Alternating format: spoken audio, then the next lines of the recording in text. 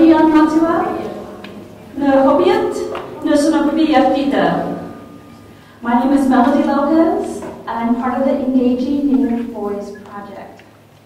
And I'm here to share with you our origin stories. This is a little hard for me because I'm full of stories. I like to share stories, and if you want to hear some stories about engaging Native boys, call me aside, and I'm very happy to share stories with you. So, I am not a Native boy, and I'm the mother of 2 Native girls. And so you're wondering how did I get involved in this project? Well, as in most Native American stories, it begins with community.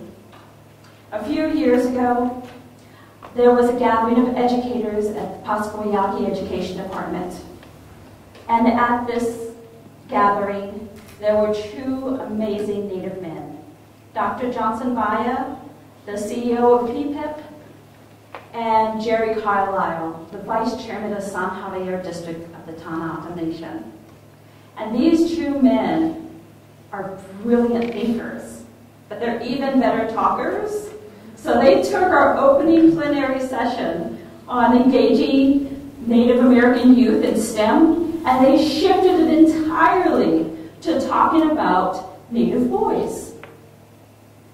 They felt that young Native men were not being engaged in education and career pathways. Who was working with Native men? Who wanted to work with this population?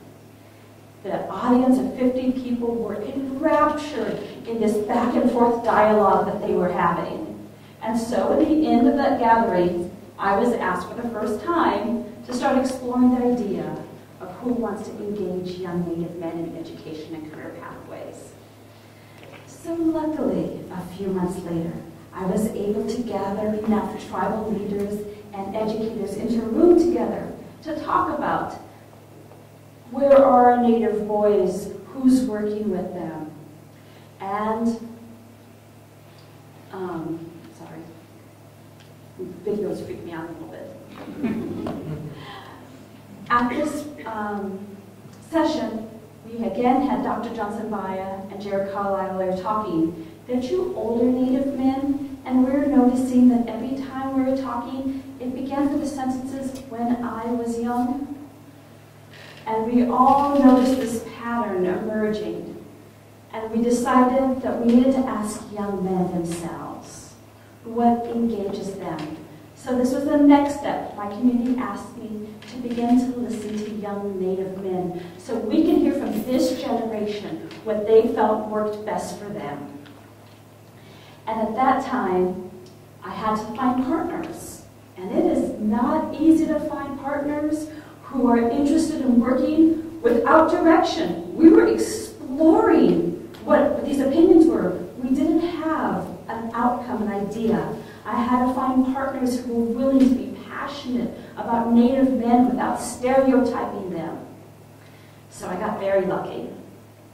I was able to find colleagues at the University of Arizona's College of Education, and as well as the Ironwood Tree Experience. So Dr. Lacey Wyman from the College of Education, she has years, decades of experience working with Alaska Native men.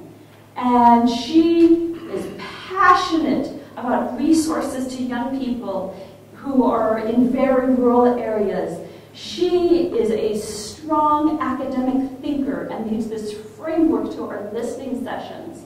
She challenges me. She brings up things that are comfortable and uncomfortable with her. And it just makes me a better colleague to work with her every day. She's in class right now and can't hear this, and for that I'm sad, because she's really outstanding. She's really one of UOA's finest.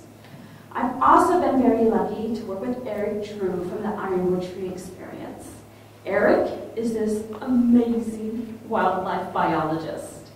He has crazy knowledge about ecosystems and strongly believes in place-based education that centers at the indigeneity of all of us.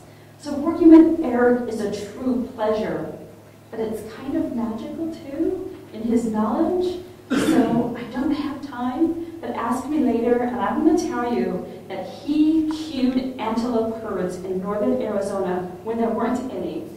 He makes things happen. He just knows when they're going to appear. Okay, Eric. Eric's not here either. So there we were a team. And the three of us were getting ready to write the Haury Seed Grant. And then Standing Rock happened. And suddenly, there were Native boys.